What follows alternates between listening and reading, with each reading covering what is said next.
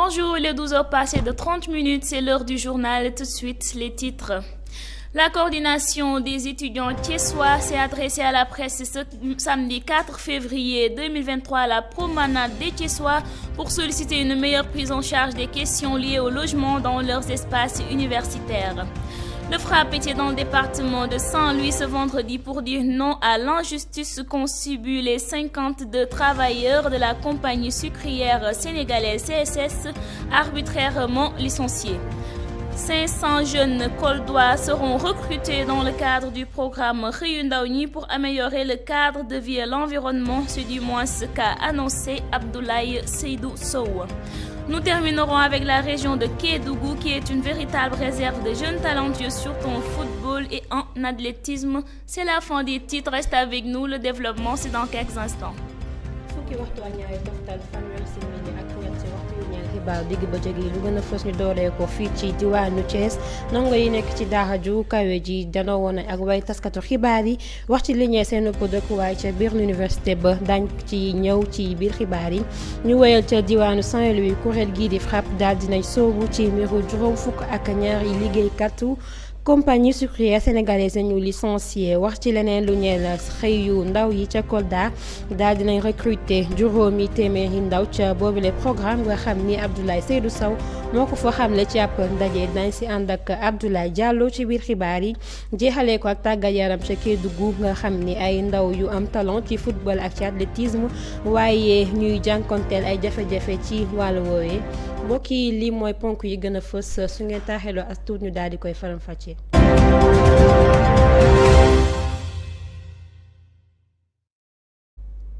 La coordination des étudiants thiessois s'est adressée à la presse ce samedi 4 février 2023 à la promenade des Thiessois pour solliciter une meilleure prise en charge des questions liées au logement dans leurs espaces universitaires. Selon leur coordonnateur, les autorités de la ville ne leur aident pas, contrairement à leurs camarades étudiants ressortissants des autres localités. C'est un extrait signé Abdoulaye Ndiaye. La coordination des étudiants thiessois est la seule structure légitime qui regroupe tous les étudiants thiessois orientés à l'UCAD et dans les instituts privés. Cette dernière traverse un certain temps les plus difficiles nuits de sa gestion. D'abord, la question des logements constitue un poids qui pèse sur nous, car cette dernière est la plus cruciale, la plus sensible, pouvant déterminer l'avenir de toute une génération. D'abord, la majeure partie des étudiants thiessois n'ont pas accès au logement au sein du campus social. La majeure partie de ces dernières quittent Kermassar, Kermbaïfal, Rufisque pour relayer l'université, par défaut de moyens de logement. Sans abri que nous sommes, cela signifie que tout étudiant non logé est susceptible d'abandonner ses études. Cependant, nous étudiants thiessois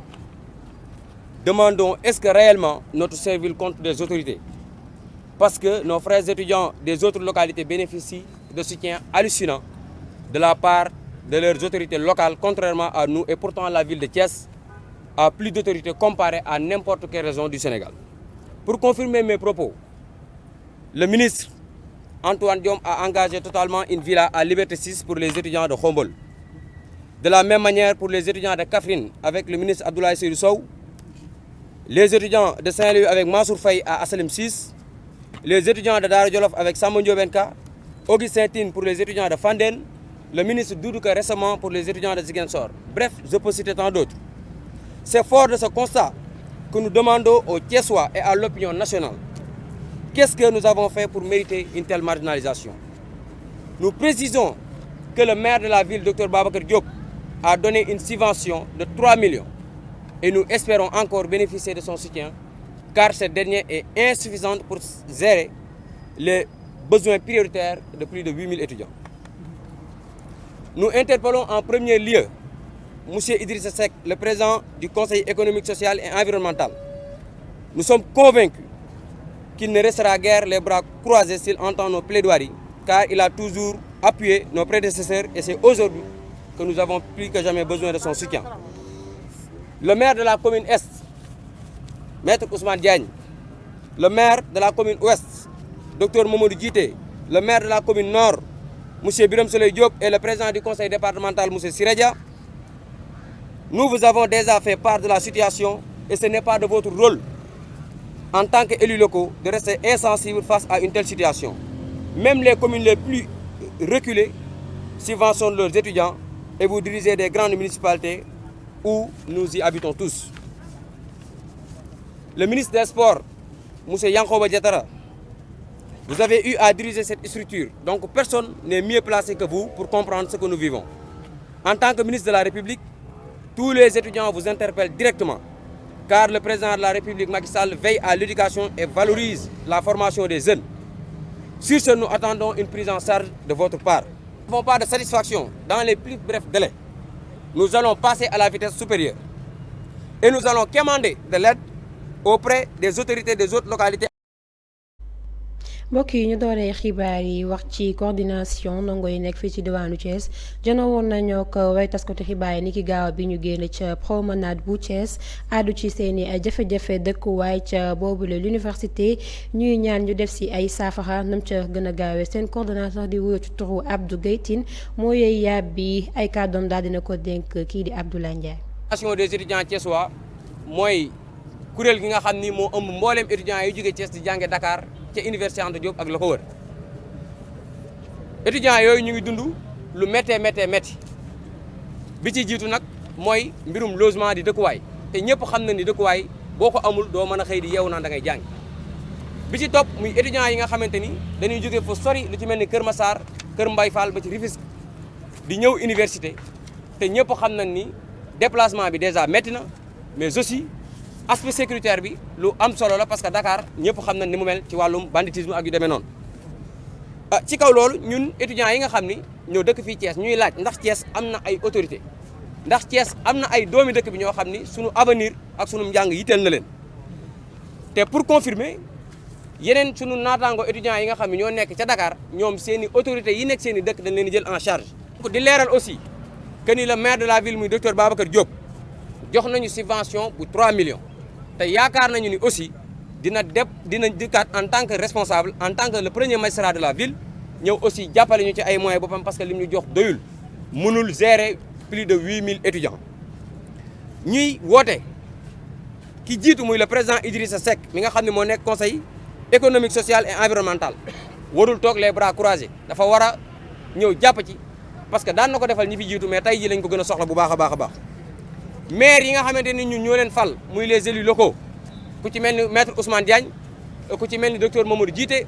ku ci mel ni Biram Souleye Diop ak le président du conseil départemental muy monsieur Siredia ñoom yëg nañ situation bi parce que kenn ku ci nekk informé nañ leen kon yaakaar naa war nañoo mën a ñëw ñoom it bu dee doomi dëkk bi yitteel na leen ñu mën a participer bu baax a baax jàppale étudiants yi. le ministre Yankhoba Diattara ñu ngi koy woo parce que moo njëkk a diriger coordination bi mooy le premier président de la coordination. kon tey jii bu étudiants yi nekkee ci ay jafe-jafe war na mën a ñëw waxuñu mu jàpp prise mu def contribution mais prise en charge la ñu bëgg mu defal ko étudiants yi te responsabilité bi ko le président de la république jox il est interpellé parce que il a l'obligation ñëw jàppale étudiants yi parce que loolu moo tax président de la république fal ko ndax day valoriser formation ak éducation jeunes yi. li ñu bëgg ci fan yii di ñëw dinañu gën a taxawalaat yeneen jéego lu ci mel ni wàcc ci dëkk bi pour wan à l'opinion nationale et internationale que ñun étudiants yi. Le FRAPP était dans le département de Saint-Louis ce vendredi pour dire non à l'injustice qu'ont subi les 52 travailleurs de la compagnie sucrière sénégalaise CSS arbitrairement licenciés. Face à cette situation, le FRAPP compte accompagner ces derniers sur le plan d'une procédure judiciaire pour que leurs droits soient respectés par la CSS et menace également de tenir une marche si rien n'est fait. Guy Marius Sagna, secrétaire exécutif national du FRAPP, s'est prononcé là-dessus au micro de Sophie Dramé. Arbitrairement licencié par la compagnie sucrière sénégalaise le 19 octobre 2022 pour animer cette conférence de presse et dénoncer l'injustice, l'arbitraire, la forfaiture dont ils ont été victimes, ces 52 travailleurs. Ces 52 travailleurs ont travaillé tout le mois de septembre et en fin septembre, ils ont reçu leur bulletin de salaire et leur salaire et ils ont constaté que ce qu'ils avaient l'habitude de percevoir s'est considérablement rétréci, s'est considérablement réduit comme peau de chagrin. Pour vous faire une idée des différences salariales, un travailleur qui avait perçu en fin août 85 000 francs s'est retrouvé en fin septembre avec 55 000 francs CFA. Et ces travailleurs, qui étaient au nombre d'1 millier, donc de 1000 travailleurs, sont allés voir le directeur des ressources humaines, donc le DRH, le 3 octobre, pour avoir des explications sur cette baisse drastique de leur salaire. Le directeur est venu les trouver, a discuté avec eux pour s'enquérir de la situation, et après, il a pris l'engagement que cela sera réglé. Grande a été la surprise de ces 1000 travailleurs quand le 19 octobre, c'est-à-dire donc 2 semaines après, ils ont appris le licenciement de 52 travailleurs parmi eux. Certains sont ici présents, d'autres n'ont pas pu venir. Parmi ces 1000 travailleurs qui n'ont commis qu'un seul crime, celui de demander pourquoi nos salaires sont passés de 100 000 à 50 000, pourquoi nos salaires sont passés de 85 000 à 45 000, pourquoi nos salaires sont passés de 70 000 à 25 000, le seul crime qu'ils ont commis, eh bien, ces 1000 travailleurs-là ont vu 52 parmi eux être licenciés. niki aljuma bi ñu génn FRAPP teewoon na foofee ca département bu Saint-Louis wax de ci li nga xam ni moo di injustice juróom fukk ak ñaari liggéeykatu compagnie sucrière sénégalaise ñu fa licencié ci noonu la FRAPP jug tembe ngir accompagner leen ci seen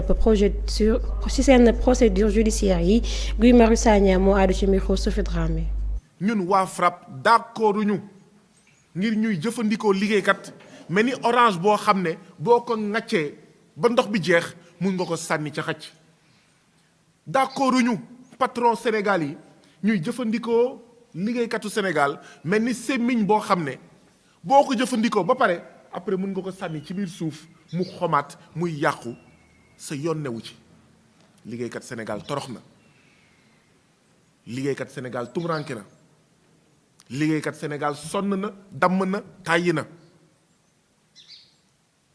et pourtant liggéeykat yi seen droit lañ doon ñaxtu le 3 octobre waaw weeru septembre passé ñu gis ci seen bulletin de salaire yi fa daan tàmm di nekkatu fa ku doon fayee ko 85 000 nga ñëw xëy fekk ci sa bulletin de salaire fukki junni wala fukki junni ak benn 55 000 ak ñoom seen mais am nga sañ-sañ laaj sa patron mais lii lu ko waral loolu rekk moo tax ñu dàq leen le 3 octobre ñu ne ñoom liggéeykat yi nga xam ne dañoo gis ne seen bulletin fin septembre niroowul ak seen bulletin fin août niroowul ak seen bulletin fin juillet. 52 liggéeykat yi mu am ci réew moo xam ne nee nañ 1944 ay tirailleurs yi doon laaj seen droit tubaab bi ndax dem guerral France dem libérer France ñu ñibbi si Afrique nekk Caaroy di laaj France seen ndàmpaay ñu tiire leen rey leen boom leen ñii de kenn tiirewu leen waaye mel na ni li France tubaab bi defoon tirailleurs sénégalais yooyu doon laaj seen droit mel na ni CSS loolu la def liggéeykat yi.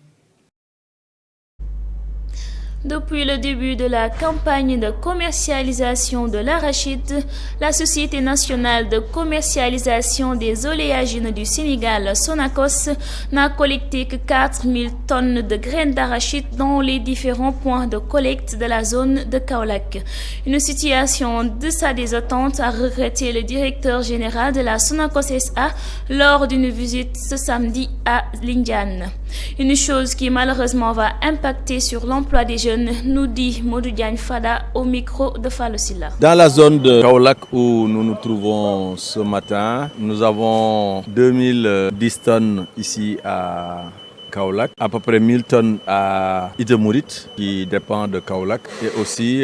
1000 tonnes à Sinthiou Malem dans le département de Tamba qui dépend aussi de la zone de l'usine de Lindiane. Au total donc ça nous fait 4000 tonnes. Qui est en deçà de nos attentes, que c'est quand même le bassin arachidier. Mais le profil de la campagne de cette année est un profil particulier. Les campagnes se suivent et ne se ressemblent pas. Ça a été très difficile pour la Sonacos cette année d'obtenir de grosses quantités de graines, parce que non seulement la concurrence a été rude, mais il y a surtout un phénomène nouveau qui est celui de la spéculation. Il y a beaucoup de spéculation dans la zone de Kaolack. Des spéculations sur les prix, mais des spéculations aussi sur les stocks de graines. Il y a encore de grands stockeurs qui ont stocké de grosses quantités de graines et qui attendent peut-être de meilleurs prix pour vendre leurs graines. Et comme je le dis, en ce qui concerne le paysan, il a vendu ces graines à un bon prix et c'était l'essentiel recherché par l'État, l'essentiel recherché aussi par la Sonacos. Maintenant que les graines sont parties des mains des paysans, elles sont détenues par des businessmen, par des opérateurs. En face aussi, il y a l'usine. On verra bien d'ici le mois d'avril, d'ici le mois de mai, comment les choses vont se dénouer. Mais pour le moment, voilà le constat qui a été fait. Nous n'avons pas obtenu la quantité recherchée au niveau de la zone de Kaolack et malgré aussi les efforts fournis par rapport au prix. Aujourd'hui, nous achetons le kilogramme de graines à 450 francs rendu usine. bañ dooree lii di campagne commercialisation de l'arachide Sonacos daal dina collecté lu toll ci 4,000 tonnes ci gerte ci ay gox-goxaat ca Kaolack mu mel ni lañ ca doon xaar àdduwul naka dem ba lor li nga xam ni moo di xëyu ndaw ñi loolee lañu kii di Modou Diagne Fada xamle ci micro wu Fallou Galassine la. ñu ngi ci Kaolack bi ñu xayma stock bi ngeen gis suñu ginnaaw mu ngi toll ci 2000 tonnes maanaam 2,000 tonnes buñ ci boolee Sinthiou Malem 1000 tonnes muy junni buñ ci boolee lii nga xam ne mooy 1000 tonnes yi nekk Sinthiou Malem Ida Mouride am nañ lu mat 9,000 tonnes. 9,000 tonnes nag bariwul ndax ñu ngi ci zone Saloum liñ doon xaar ëpp na loolu mais loolu moo fi nekk mu nekk lu nga xam ne nag lu doy waar la. te pourtant Sonacos li ko waroon yëpp def na ko parce que li ko waroon d'abord mooy defar seko yi defar gerbeur yi defar matériel bi teel mais ensuite fexe ba xaalis am te loolu tamit def nañu ko te xaalis am na alhamdulilah rabbil alamin xaalis boobu nag am foofu la rôle Sonacos mënoon a yem li ci des nag mooy xool marché bi fu mu toll ñu fekk ko ren fu marché bi jënd gerte mi toll rek fekk nañ ko fa jëndee nañu 300 ba tey ji ñu ngi jëndee 450 yaakaar naa juróom-ñeent fukki dërëm nag pour am kilo gerte foofu la effort financier mën a yem donc kenn du wax ne Sonacos bëggul woon a jënd gerte béykat yi ci njëg bu cher bëgg nañu ko jéem nañu ko waaye gis ñu gerte loolu nag moom beneen mbir la mais loolu lu waral gis ñu gerte nag mooy Sonacos donc nekkul ci filière bi am na yeneen ñu ci nekk ñu nga xam ne ñu ngi yëngatu ci filière bi liñ doon yaakaar ci gerte yàlla dogal na amuñu ko mais Sonacos moom gàcce ngaalaama taxawaay bi mu waroon am na ko def na pexe yi mu war a def yëpp pour mën a am gerte mais comme ni ñu ko waxee lii la yàlla. Je vous l'annonçais en titre, 500 jeunes Koldois seront recrutés dans le cadre du programme Xëyu Ndaw ñi pour améliorer le cadre de vie et l'environnement. C'est du moins ce qu'a annoncé Abdoulaye Seydou Sow, ministre de l'Urbanisme, du Logement et de l'Hygiène publique à Kolda où il présidait le forum organisé en prélude de la 13e édition du Bosub Set Setal que la capitale du Fouladou a l'honneur d'abriter. Abdoulaye Seydou Sow est au micro d'Abdoulaye Diallo. Je vous propose de l'écouter. En avril 2021 xëyu ndaw ñi Kolda am na ci gaa am na ci daanaka juróom benn téeméer bu ñu xoolee environnement ak urbanisme bi liñ ci am mais boo xoolee tamit ci yeneen régions yi xaw naa néew moo tax it si bu ñu waxtaanee ak maire yi waxtaan ak ñëpp nee nañ ko yokk ci ba juróomi téeméer ñu yokk ko ci mais juróomi téeméer yooyu président dana ko valider mën na ci yokk mën na ko gën a yaatal mais président moo am décision bi man su ma ñibbee Dakar danaa ko proposer mu valider ñu ñibbi si waat Kolda xale yi Kolda yi fu ñu nekkoon 600 am fa presque 1000 et quelques loolu tamit ñu ci gërëm de ñu ñibbi si waat Kolda xale yi Kolda yi fi président de la République ci loolu dana régler ñaari problème dana régler mbirum xëyu ndaw ñi mais dana régler aussi mbirum Sénégal zéro déchet 100 000 logements yi la Kolda am na ci wàllu déjà ñu fexe ba Sénégal ku nekk gis ci boppam mu ne département bu nekk nañ fa def au moins 100 loolu ñu nga ca mais fekk nañ fi HLM déjà am na lu mu fi commencé commencé na ko ci Kolda commencé ko ci Vélingara Médina Yoro Foulah am na problème mu suuf tuuti waaye maire bi nee na jotul courrier bi jox nañ instruction pour que ñu waxtaan ak maire bi ba am espace foncier bi mën a tabax lépp fa HLM war a mën a tabax au moins ñaar fukk ak juróom ñu war a commencé ñu commencé ko mais du tee loolu li HLM di def loolu HLM ci 100 000 logements yi la bokk mais 100 000 logements yi itam dina ñëwaat ci beneen fànn am nañ déjà suuf si xool naka la ñuy def ba commune bu nekk ñu def fi 100 logements mais Kolda. ñu wax ci leneen la lu ñeel juróomi téeméeri ndaw ca Kolda daal dinañ leen recruter ci li nga xam ni moo di programme mu xëyi ndaw ñi loolee nag kii di Abdoulaye Seydou Sow ministre de l'urbanisme du logement ak hygiène publique moo ko xamle gannaaw ab forum ba ñu fa amaloon ca wàccaayu fukk ak ñetteelu édition lii di bésub setal ca Fulaadu ay kàddoom daal dina ko dénk ki nga xam ni moo di Abdoulaye Diallo. En avril 2021 xëyu ndaw ñi Kolda am na ci gaa am na ci daanaka juróom benn téeméer bu ñu xoolee environnement ak urbanisme bi liñ ci am mais boo xoolee tamit yeneen régions yi presque 1000 et quelques loolu tamit ñu ci gërëm président de la république ci loolu dana régler ñaari problème dana régler mbirum xëyu ndaw ñi mais dana régler aussi mbirum Sénégal zéro déchet 100 000 logements yi la Kolda am na ci wàllu déjà ñu fexe ba Sénégal ku nekk gis ci boppam mu ne département bu nekk nañ fa def au moins 100 loolu ñu nga ca mais fekk nañ fi HLM déjà am na lu mu fi commencé na ko ci Kolda commencé ko ci Vélingara Médina Yoro Foulah am na problème mu suuf tuuti waaye maire bi nee na jotul courrier bi jox nañ instruction pour que ñu waxtaan ak maire bi ba am espace foncier bi mën a tabax lépp fa HLM war a mën a tabax au moins ñaar fukk ak juróom ñu war a commencé ñu commencé ko mais du tee loolu li HLM di def loolu HLM ci 100 000 logements yi la bokk mais 100 000 logements yi itam dina ñëwaat ci beneen fànn am nañ déjà suuf si. Et pour terminer, la région de Kédougou, une véritable réserve de jeunes talentueux, surtout en football et en athlétisme. Même si la grande catégorie senior et junior des équipes de Kédougou souffre d'absence de soutien de la part des autorités et sponsors, la petite catégorie, elle, commence à mettre petit à petit avec des écoles de foot encadrées, des volontaires qui combinent les études et le sport. On nous en dit plus dans ce reportage signé Mamadou Sissé. La région de Kédougou regorge d'énormes talents sportifs, particulièrement dans les disciplines sportives que sont le football et l'athlétisme. Si la grande partie de la catégorie senior et junior en football baigne dans des difficultés énormes pour faire sortir la tête de l'eau, la petite catégorie, elle, presque n'existe même pas. Comment en est-il arrivé? Déjà, c'est un amour personnel de gérer des gamins. Donc j'étais venu en stage licence D ici à Kédougou. Par la suite, moi avec mes collègues, on a voulu créer cette académie et pousser les gamins à s'épanouir dans le football. C'est des partenaires italiens, l'association Cœur sur la main et le club Cagliari de l'Italie. Une académie sportive qui forme des jeunes de toutes les catégories, qui allie les deux, a-t-il indiqué, le sport et études. Mais pour y accéder, il faut une moyenne minimale de 12 sur 20 au collège et une moyenne 8 sur 10 à l'élémentaire. On a des difficultés, donc c'est à propos déjà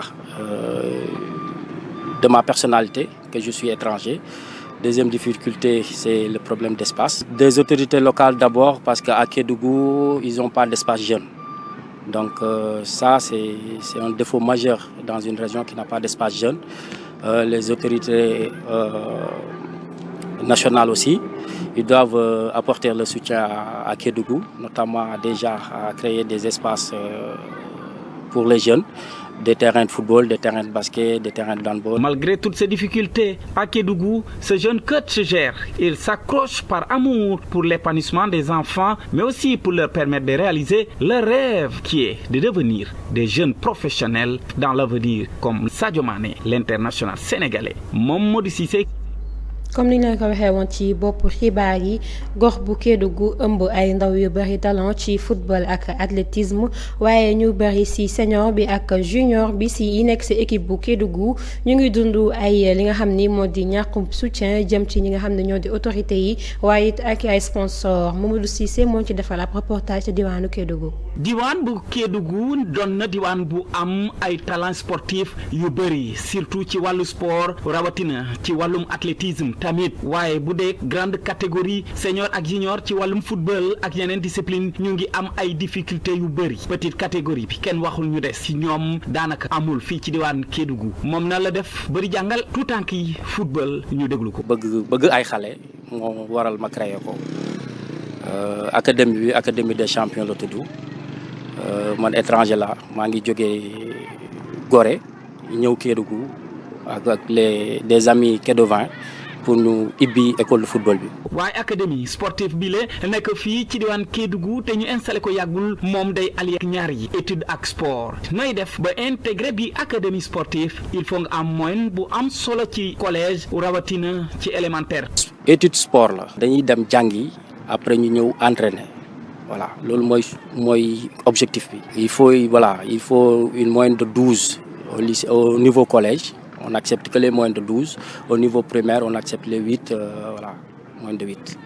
Jafe-jafe bi man bu njëkk bi mooy man ma nekk étranger mooy sama jafe-jafe numéro bu njëkk fii beneen jafe-jafe bi mooy espace moo fi amul espace daal moo amul Kédougou beneen jafe-jafe bi ci mujj mooy fii ñi tënk sport bi jubóowuñu seen biir man moom laa gis. man li may ñaan autorité locale yi mooy ñu gëstuwaat saytu sport bi doxalin bi ak espace yu ñu war a defaral xale yi ak terrain yi loolu laa ñaan autorité nationale bi aussi ñu ñëw xool ci région bi dolli ci mën a liggéey ak autorité locale bi pour région bi mën a jëm kanam. malgré difficulté jafe-jafe yëpp jeune coach bi nag mu ngi jaajëfal bu baax ñi koy jàppale nee na da koy def ngir yàlla waaye tamit def ko ngir xale yi pour suba ñu mën a am ay professionnels comme suñuy leader national et international Sadio Mané Mamadou Cissé Kédougou Teranga. Merci Mamadou Cissé et c'est ce qui met fin à ce rendez-vous d'information. Merci de l'avoir suivi. Au revoir. jërëjëf Adja Maimouna Thiam mbokk yi loolee moo buur xibaar digg bëccëg yi dig daje bu joxoon ñetti waxtu si ngoon jotee si nañ jotaayu xibaar jërë ngeen jëf.